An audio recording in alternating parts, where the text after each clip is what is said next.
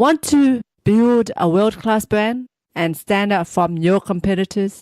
Well then, you're going to need a brand strategy. In this episode, Plan to Brand founder and brand strategist Peter Engelhardt, someone who has over 20 years of experience, answers, why do small businesses struggle with branding? What are the most important questions small businesses need to ask their target buyers that will help shape their brand? And what's the difference between strategy versus tactics? Peter answers all these questions and more in this candid interview. So if you are struggling to stand out from the crowd and win in your market, then this episode is for you. Keep listening. Welcome to Founders Connect podcast. We help lifestyle entrepreneurs to grow their business online and create a happier marriage. Did you know that approximately 45% of marriages end up in divorce and 65% of all startups fail due to founder conflicts? Well, we're here to change that. Each week we bring you an inspiring guest and practical tips to help you with business, relationships, and sustainable living. Now let the fun begin!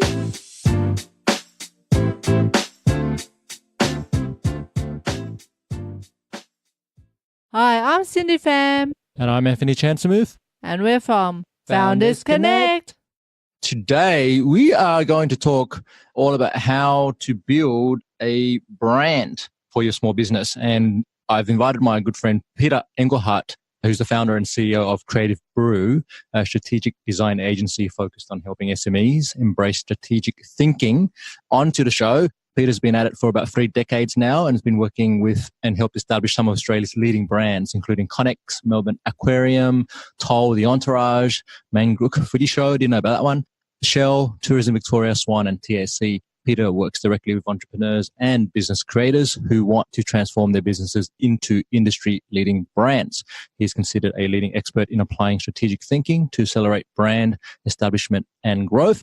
He's also developed with his team world's only interactive e-tool, Plan to Brand, which is at plantobrand.com. And we've actually utilized that to launch this particular project, Founders Connect. So I'm really, really excited to have Peter on. And we're going to talk all about branding and what's been frustrating Peter recently around this concept of brand. Let's get into it. Thanks for joining us today, Peter. My pleasure. Chuffed to be invited.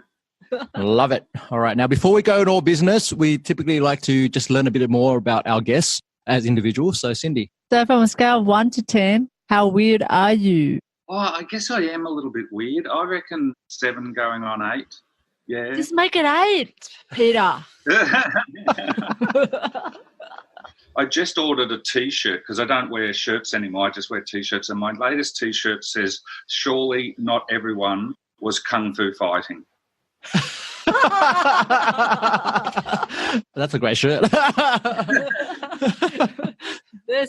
I want to wear that shirt in China or somewhere like that and see how the response is. Okay, so love it. Why is it 8? Why is it a 7 going on to an 8? What's going through your head when you say that? I don't know. I've never played the corporate game. I mean, I did try to do that a while ago, but, I love going out to see bands. I'm 60 years old, but I still go to see bands, and I go with my 22-year-old daughter, and I go on yoga retreats with my daughter, and I work from home, and I'm obsessive about what I do, just love life and try to do it differently from most. That's definitely different already, isn't it? Yep. Love that. I love that. You're doing things with your daughter and it's a nice way to build that relationship. Bonding. And there's nothing like going to a concert, or live music with your daughter, or in my case, my wife. So that's really cool. All right. So if you had all the time and money in the world, what would you be doing? Wow. Traveling. Yeah. Traveling. We're off to Sri Lanka for 3 weeks soon. We haven't booked any accommodation. We're there at Christmas time. In the next few nights, we'll book the first 2 nights and then we'll just roll. We'll see what happens. We're not doing 5-star hotels. We'll just explore. So I'm taking my wife and my daughter. That's 3 weeks. That's going to be fun. Wonderful. Yeah, definitely. So, lots of travel. Is that related to the yoga work or is that more just a... No, we will be hunting out yoga though. Because I know last time we spoke, you were doing some retreat. A couple of weeks in Bali, and that was really, really special. Yeah. Oh. Yeah. Yes, Bali is definitely a special place. And have you done any facilitator training in the yoga space? No. No? Okay. No. Just Tempted curious. to. Yeah. Because I know that's something Cindy was exploring as well, just to learn, I guess, to get a deeper understanding of what yoga practice is and what it's all about. Yeah. Well, I sort of practice 6 days a week, 7 days a week. I'm pretty getting very much into the mindfulness and the space, the peace that it brings you. It's really something. It's And what's the relationship between space, peace, and creativity? Oh yeah, you need you need time to think. We don't think enough. My morning walks, that's when everything gets thought through for the day, when you go walking, when you've got that space. I don't think in this mad world we don't stop enough to think. We just react all day, and I don't think it's very healthy anymore. Therefore you continue to do everything the way it was always done, and you don't question things. And so industries carry on the way they always do, and then wonder why someone pulls the rug out from underneath them all of a sudden, because someone's had time to think. Yeah. Spot on. So what's your favorite quote, Peter? My favorite quote? Look, it's my quote. Until what you say is more important than what you sell, you don't have a brand. There you go. Until what you say is more important than what you sell, you don't have a brand. Okay. Yes, we're going to dive into that in just a moment. I love that. So let's pause that thought. Okay. Pause that thought. So who's been your greatest mentor in life or career, and what did you learn from them? Greatest mentor? I look up to the Gary Vaynerchuks of the world, the Seth Godins. I think they write really good content, whether it's Seth's, Gary's videos or Seth's books. And I think those sort of people have taught me to have the confidence to do it my way, to think, my opinion matters. I am good enough to go out there and give it a shot, because you sort of grow up and in our area, you just had a job, and you thought you were just going to have a job for the rest of your life and work for someone. And to sort of go, no, I'm going to create something and market it and sell it myself and turn into an entrepreneur. As a 60-year-old, young people are doing that. But for me to sort of shut my web agency down and go on this journey I'm on took a lot of, guts. I haven't made a big income for a long time, but I'm loving what I'm doing, and that's bearing fruit now. And I think watching them over the past few years gave me the impetus to go, I can do that. I can do what I want to do. That's great. So how did you start with this brand company? How did you get into branding? Yeah, that's the better question. I was like, I just lost my thought. So you mentioned you're in web. Yeah, you started with web, or you had a web company. And so how did that translate into brand? So I've had a design and marketing studio for literally 25, 30 years. And in the early days, we worked with bigger corporates and we helped establish them or work with them and got briefs from them, and they had marketing people who could give us a good brief. So as a design company, we were reacting to those briefs, and it was quite easy to come up with the goods. But around 2000, I sort of bought my partner out because I wanted to do a lot more in the web space and online, and that was all just emerging. And so I found myself working with smaller companies, and, entrepreneurship was the new black, and everyone started a business because they could, and the tools were there. And so I'm dealing with all these small businesses all of a sudden, and they're coming to me for whether it's a website, whatever. I'm trying to get my head around their business and deliver some marketing material that works for them. And at the end of the day, it dawned on me, they can't answer the simple question, why someone should buy from them and not their competitors. They hadn't thought that strategic issue out. They had simply started a business on a whim, as most businesses. Sure, they got contacts in that area. Their first year's probably quite good because they're excited and they're, doing their first jobs. Inevitably, a year or two later, they're going, well, that first website doesn't really say what I want it to say. And they go to another designer and try another website, and then that doesn't work. And it's because they can't answer these fundamental strategic questions, which is, what's my point of difference, etc. So I looked at the big brands that I had worked for, and they had a strategic approach to the market.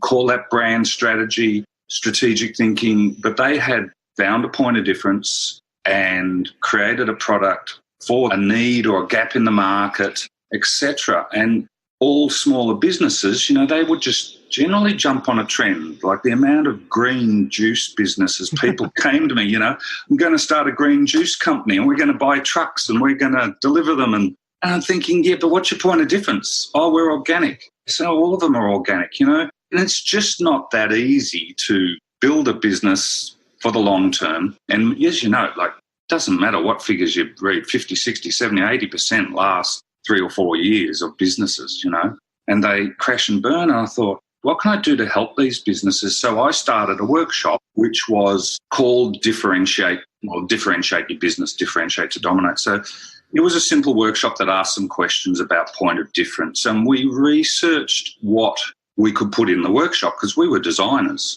And we had an idea, what's your vision and things like that. But we started getting stuff off the internet and we found a simple process and then we got it, improved it each time. And we're getting pretty good results after taking clients through it for a day and then doing their websites. And it grew and became, strategy isn't easy. So we were continually adding bits to it and refining it until we sort of came up with a process that we felt pretty much suited most businesses.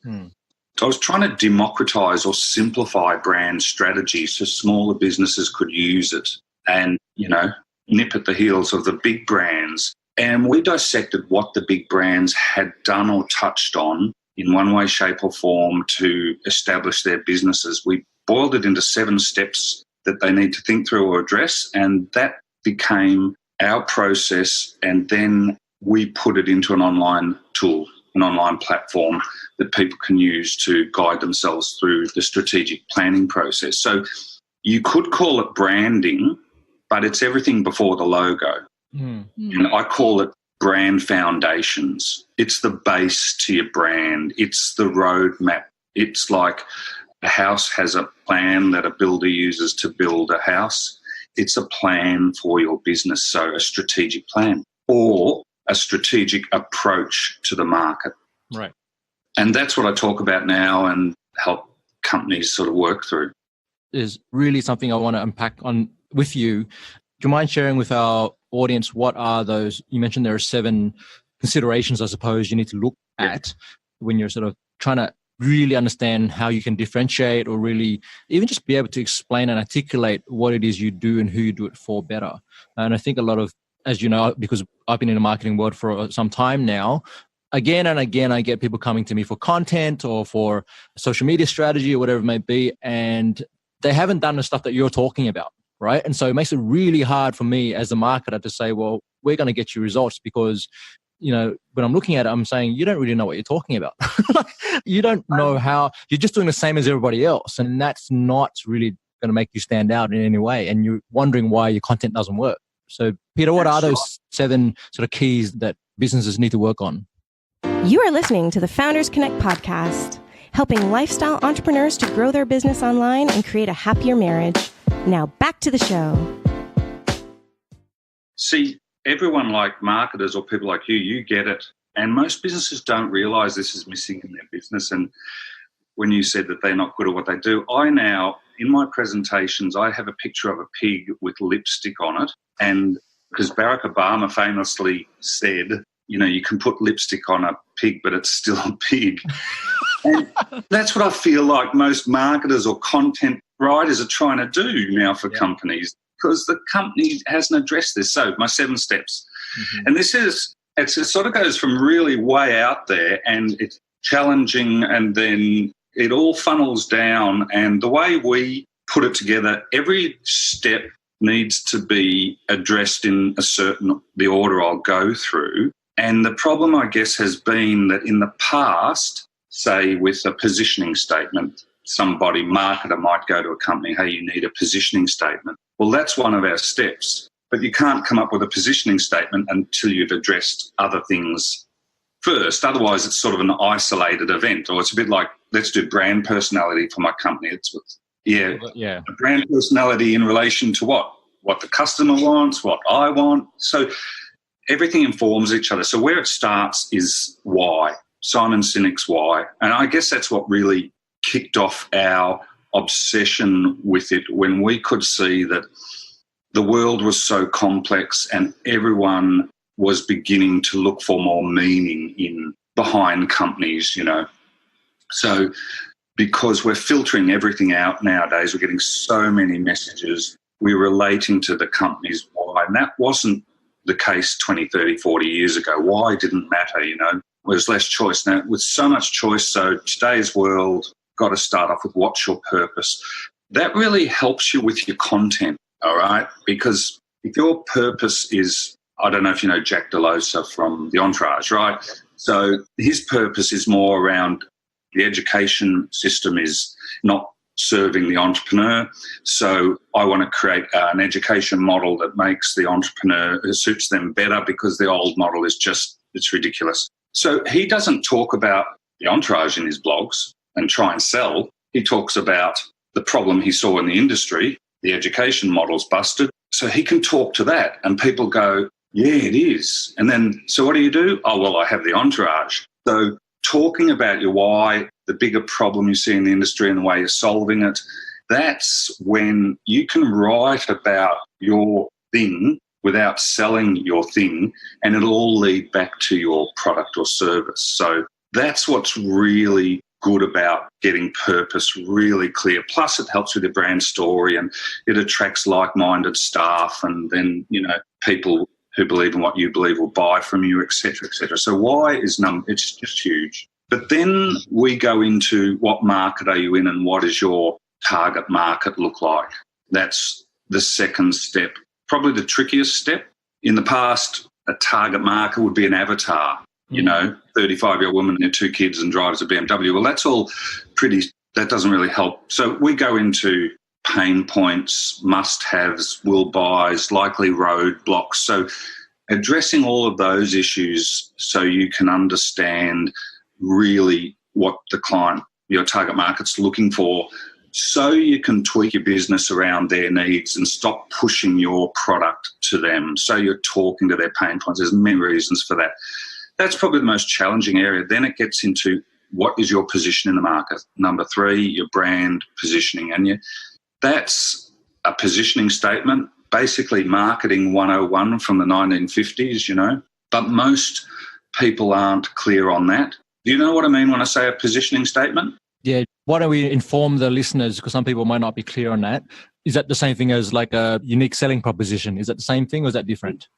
It's a bit different. And so a positioning statement, keep in mind a lot of this stuff is internal. It drives the company. It informs the market message. So positioning statement would be, we have a formula, right? So there's your target market, what you do, your point of difference, and prove it. Don't just have a point of difference, I justify it. So FedEx is to time-poor business people. FedEx is the delivery package service. Now, the point of difference back then was they deliver overnight, but to justify it, they said we have a sophisticated packing and tracking system. So they had to build a sophisticated packing and tracking system to be different from their competitors. They knew their target market was time poor, wanted the parcel the next day, so they built and changed something in their business. Up until then, they were just delivering parcels like all the other big companies, and they weren't the top of the pile. It was when they clarified their point of difference and drove it home through that positioning statement, which begins to guide and direct everything you do in your business.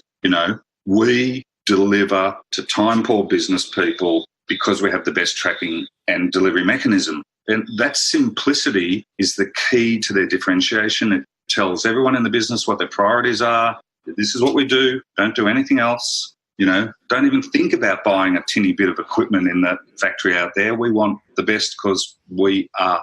So then that gets to their brand promise, on time, every time. See, so everything so after the positioning statement, we get into values or pillars. Just like Richard Branson has 3 or 4 pillars for his business, which is delighting the customer, doing things differently, and innovating in new industries. Sort of, he won't go in unless he can sort of rock it or change it a bit. And those low prices aren't a pillar. keeping prices down is a customer focus they're interested in, and it's written down, but that's just serving the customer. Lowest prices, he leaves that to Tiger Air or whatever. So the pillars, again, internal and clarify what your business is, where it's going and how it's going to do it.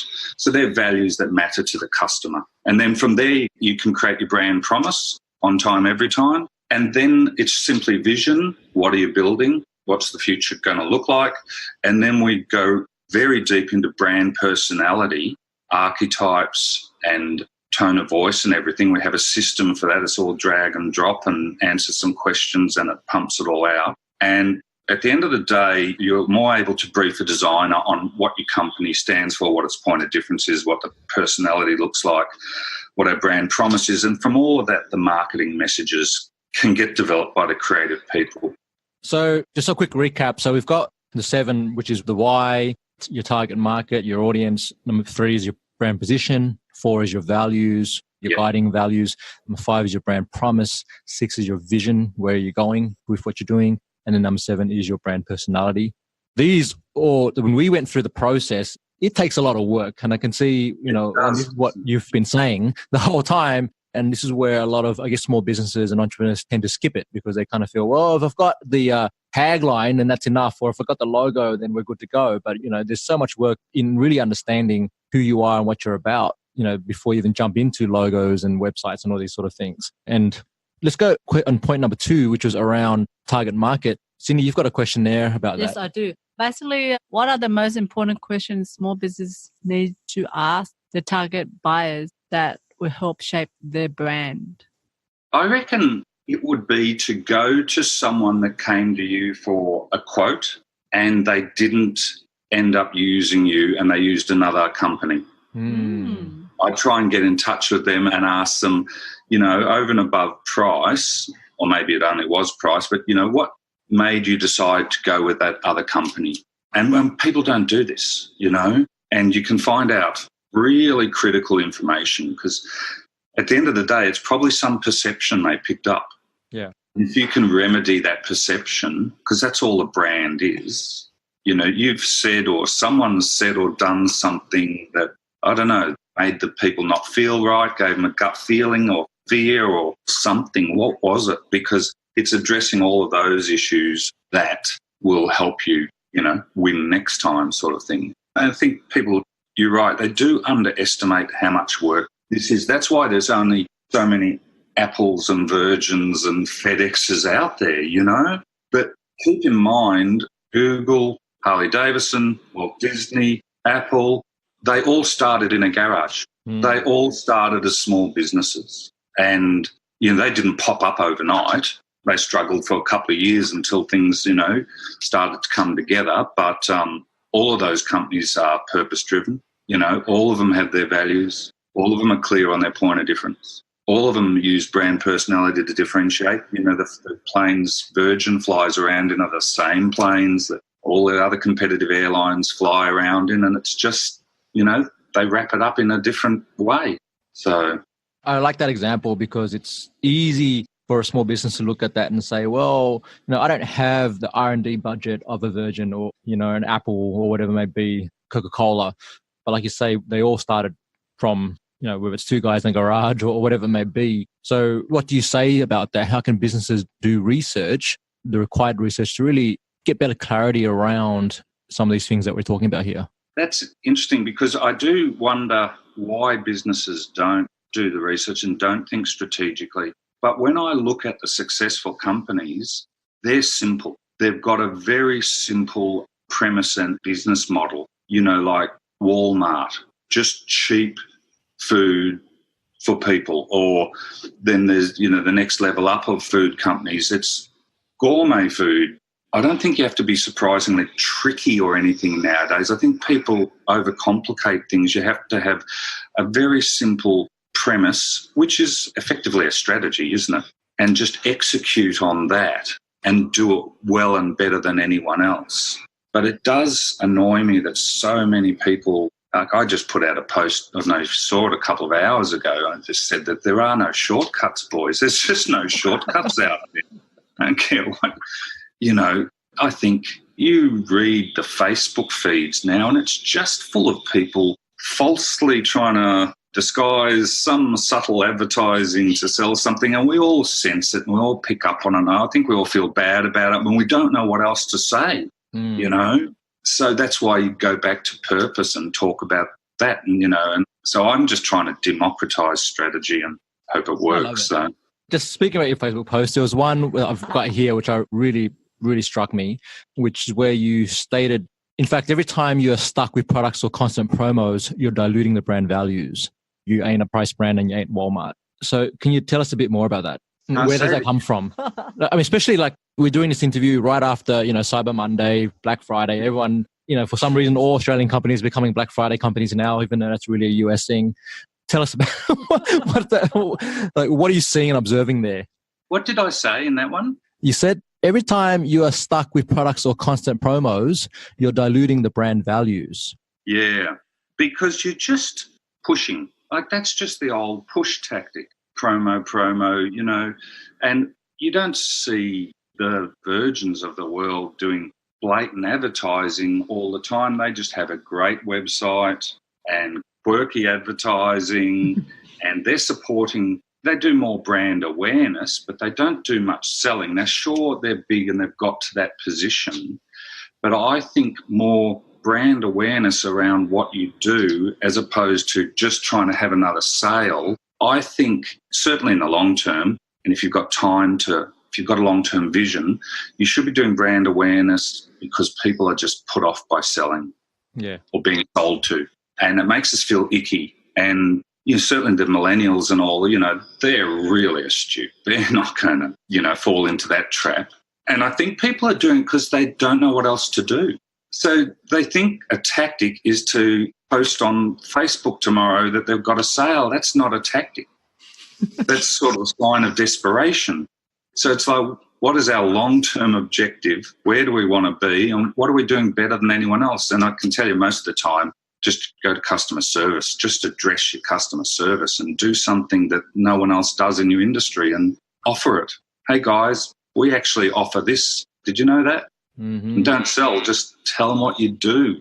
I don't know. Yeah, I really like that. And I really like just the act of going to your customers and, you know, really understanding from them some key decision points, right? Like, why did they buy you and not the competitor? Why did they choose to stay with you? Or like you say, why did they choose to leave you? Yeah. These are really important questions to ask. And a lot of small businesses are just not doing it. I think they're afraid of the answers, to be honest. You know, it's like, you don't want to ask your ex why they dumped you. Like, that's really part of what's coming up with people. You are listening to the Founders Connect podcast, helping lifestyle entrepreneurs to grow their business online and create a happier marriage. Now back to the show. In that post, you also talked about strategy and tactics. So can you just clarify what's the difference between strategy and tactics and share an example for our audience? The strategy is everything I've been speaking about, your strategic approach to the market and what's your position in the market, what's your point of difference, etc. So building that up. And then you'll have better marketing because you'll be pretty confident. And a tactic is, well, the website didn't work. I should be doing Instagram because my friend said Instagram's working really well for them. You know what I mean? And that's what people do. But, I mean, I guess another example was, I don't know if you know that the iPod was not the first MP3 player. And 7 years beforehand, there was this thing called a Lyra, Lyra, by RCA. And it was this great little iPod that they came out 7 years before Apple. And by all reports, it was a great, solid piece of equipment. And their advertising said 1 gig of storage. Now, the thing never sold because they were talking about what they do. And that's what most businesses do, you know. I sell meat pies and they're 99% fat-free. They don't say, hey, you can lose weight on our meat pies. They talk about their pie and not the emotional benefit you'll get from it. So the RCA said, 1 gig of storage. No one knew how many songs that was. It's new technology. Apple came out with the iPod, changed the music industry, but their ad said 1,000 songs in your back pocket. Their strategy was they understood the target market's pain points.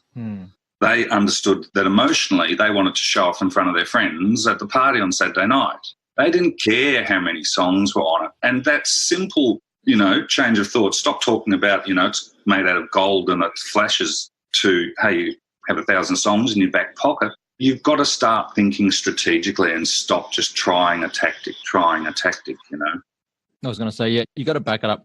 I like the distinction you made about backing it up with, like what you're saying, the FedEx example you used, to say, well, it's not just about delivering on time, but we actually are putting in a system that does it, right? Like it's an iPod, yes, we have the 10 gigabytes, but really this is what it means to you. And it's also cool and hip and it's whatever it is, the other things. And they've just really nailed it with the campaigns, even post Steve Jobs, I believe. So, and we help businesses like, they might just be cleaners. It doesn't matter what it is, and they might claim that they're the best. And then I say, justify it. And they go, well, I don't know how to. And I think, well, do you have a process for monitoring your quality control? They go, yeah, we've got a process. Okay, well, why don't we turn that into a system? So you're the best cleaners for schools because you have a 3-step quality control system. And, is this, and this. So, okay, well, let's build that into something special. Let's lead with that all the time. Let's improve that system. Let's own it. And then, okay, there's your point of difference. So it does apply to small business. I just use the big examples because people get it. Yeah. Understand when we talk about Apple. But we help small businesses do this all the time. And it changes them, because they're now able to talk about what they have as opposed to, what they do. So what's the biggest challenge you face with running your own business and maintaining happy and healthy relationship and family? Well, just with my business, for instance, no one knows that they have this problem, that they don't know about strategists. No one's looking for my business. And it's complex, so I even struggle to market or advertise my business and get that message right. But the life balance thing, I moved home a few years ago, so I work from home and my team works from their homes. Yep. So it's meant communication's a bit slower between us, but that's really improved life balance because I'm not in traffic 1 hour in the morning and 1 hour back at night, and neither is my staff, and I can walk for that hour, walk the dogs, etc. So working from home's made a lot of difference. But then my wife works, so she thinks I can do the cooking and the cleaning and the dinner will be on the table at night. So why not? Doesn't matter what way you slice the cake up, It's a challenging life. We're all time poor. We've all got too many emails to answer. Mm-hmm. And I don't think there's any getting away from that. I think it's more about just going, okay, that's the way it is. You can't fight against it too much. You sort of have to accept it and get on and do it. Like I sit at the computer here 7 days a week, not 8 or 10 hours a day, but every Saturday and Sunday, I'm 2, 3, 4, 5 hours in front of the computer just because there's content to write, stuff I like to do. What else would I do? Absolutely. I go to yoga every day and I may as well do some work. That's right. And how about your phone? Yes. Are you attached to your phone as well, Peter? I am a bit. Yeah. Well, it's part and parcel, but I think it's really communicating that with your wife and your daughter or whatever. And so people know, right? Like it's not, it's a new way of being, I suppose, if we compare to 20 years ago or even 10 years ago when we were I came from a corporate life. So, once they started giving us the laptops and mobile phones, things started to change dramatically. Oh, did it? What? Yes. We just tried to go to the movies last night to see We Will Rock You, right? The three of us thought, we'll just go to the movies. And we planned it. I had the tickets. But naturally, Mandy comes in late and then all of a sudden we're rushing out the door. We had planned time, but we rush out the door and we hit the traffic. And I didn't have my phone and I bought the tickets on my phone and it had the barcode on it. So we had to turn around and come back. And the panic and the stress to get to a cinema that's 8 minutes away, sometimes it wasn't worth it. But by the end of the evening, we've seen the best show. I cried my heart out. It was that good. And I think you just got to roll with it because life can be stressful. Doesn't matter how much planning or organising you do. Yeah. But it sounds like you've got your yoga practice, your health practice, which keeps you grounded and it gives you the space to think, as you say. Yeah, really important. Yes. Zen. So what was the moment when you knew your partner was the one that you wanted to be for life? I actually remember it really clearly because we went out together for about 2.5 years when she was 18 or 17 and a half, 18, 19 and 20, whatever. And we broke up. And we broke up for 8 years. Wow. And I was single and so was she 8 years later. And she asked me, because she knew I was at home by myself at Christmas time. And we were friends. She'd been living in London for 5 years, but she came back and we still had the same friends. So she had a farm and we went up. She said, why don't you just come up as a friend to the farm and see Mum and Dad and, you know, they'd be happy to see you and we can have Christmas and just chill, because I've asked another few friends up. So we went up to this farm on the Murray River here in Victoria, and I pulled my back getting out of the water on a water ski, pulled a muscle, and I couldn't move, right? I could not move. It's never happened to me. I thought I'd, you know, broken my back or something. It was just a pulled muscle.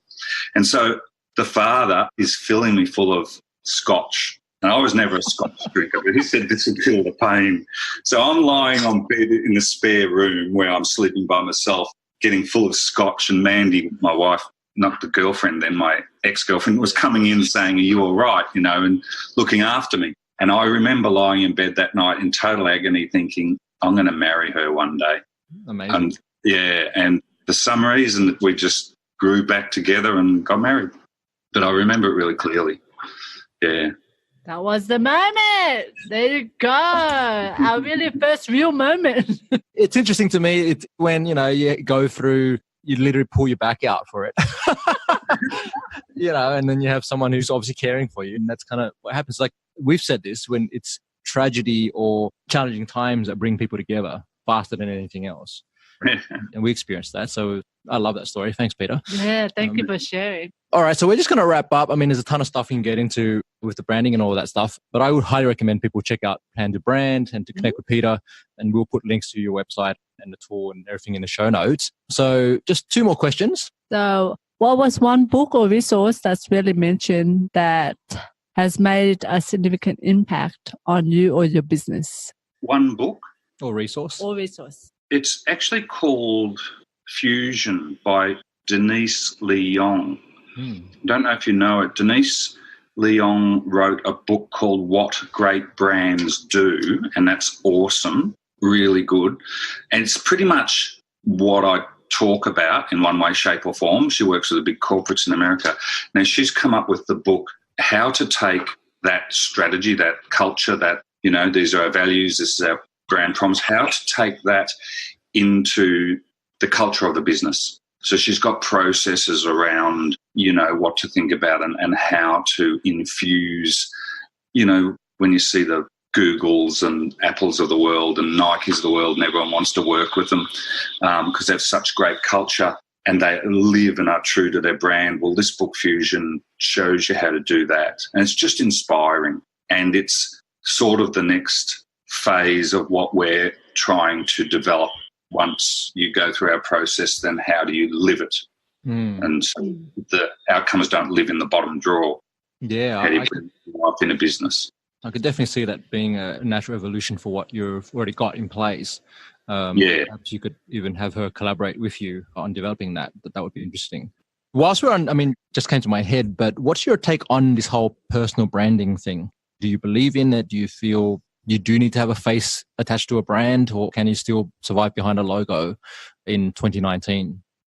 Yeah, I think more and more, definitely yes. But if you're trying to build a business up to sell it, well, then you have to be pretty clear about the delineation between the two, if you know what I mean. And I think Jack Delos has done that quite well. He's got his own brand and the entourage, you know, could run without him.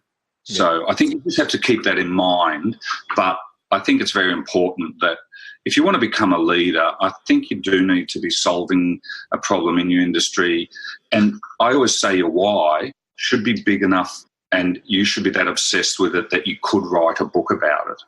And so, yes, that's part of building a personal brand, et cetera, et cetera. So I think so, you know. It doesn't apply to BHP or anything, but it applies to all of the entrepreneurs out there. Yeah. Fantastic. Okay, final question, Cindy. So after all said and done, what do you want to be remembered for, Peter? Democratizing brand strategy. God. That's what I want to do. I'm a bit obsessed by it. Yeah. For what purpose? Why does that drive you? My purpose is really to help more businesses, amazing business owners, do amazing things.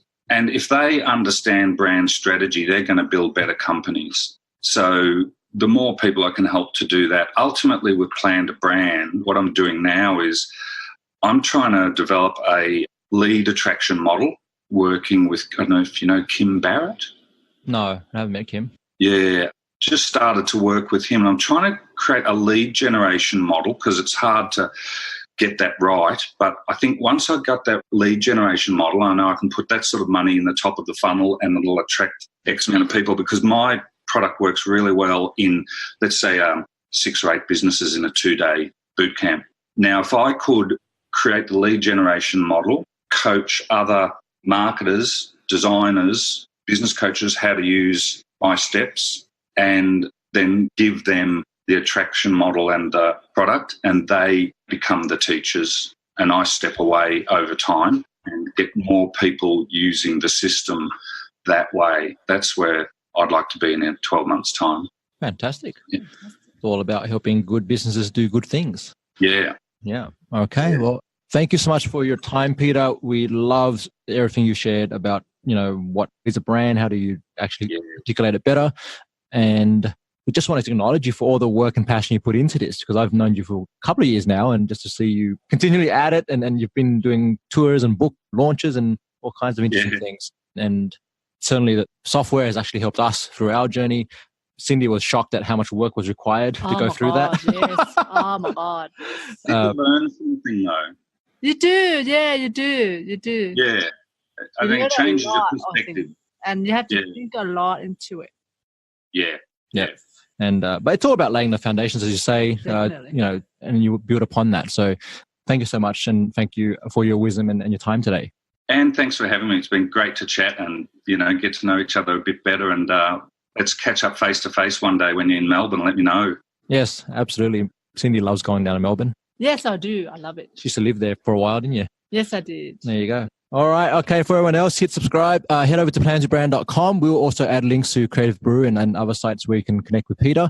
And if you like this episode or have any questions about this topic, let us know, and we'll definitely engage with Peter and let the expert answer the question for you. All right. So thank you, everyone. And we'll see you guys real soon. Thanks, Peter. So that was our interview with brand strategy expert Peter Engelhardt. Cindy, what was your key takeaway? My key takeaway was there were 7 steps to branding, to get a good brand. Do you remember what they were? Yeah, I have it down. 1 is why, 2 is target market, 3 is brand positioning, 4 is value, and 5 is brand promise. Number 6 is your brand vision.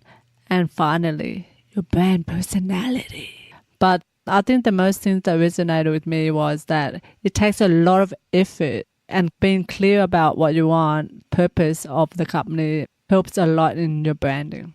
Yeah, it helps in your messaging. When people ask you what you do, you really need to be able to differentiate why you do it. And so for me, the takeaway to add on to what you've said, Cindy, is that you need to be able to justify it.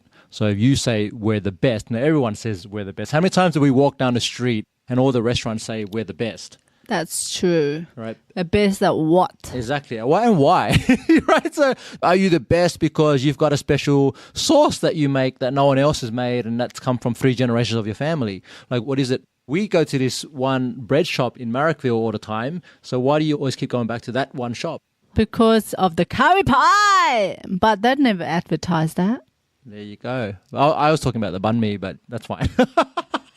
Well, the Vietnamese bread shop is different because that is the original one, and the sauce and the method they have there has been down-packed to the system, basically. And there've been competitors have tried to compete with them on that street, and they all died. Exactly. They all died because theirs was still the best taste-wise, quality-wise, and also quantity-wise, and speed as well. Of course, yeah, the speed does matter when you're in a rush. There you go. It's interesting too. So a point I would make about that business is they didn't have to actually say all those things in their marketing.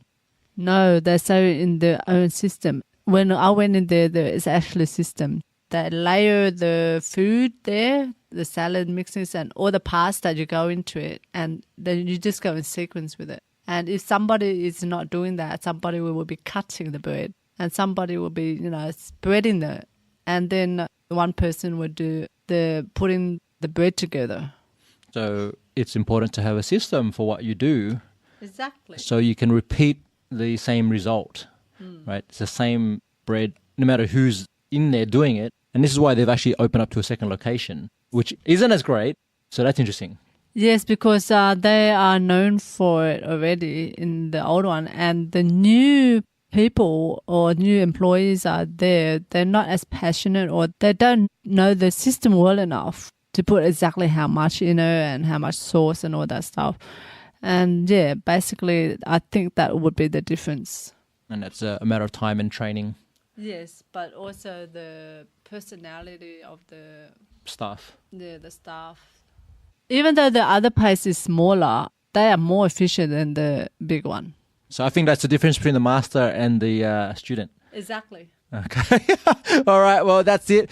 So focus on your brand strategy. Definitely head over to plan2brand.com to check out Peter's software. I think it's really helped us with developing what we're doing, and it can help you as well. And if you have any questions, let us know.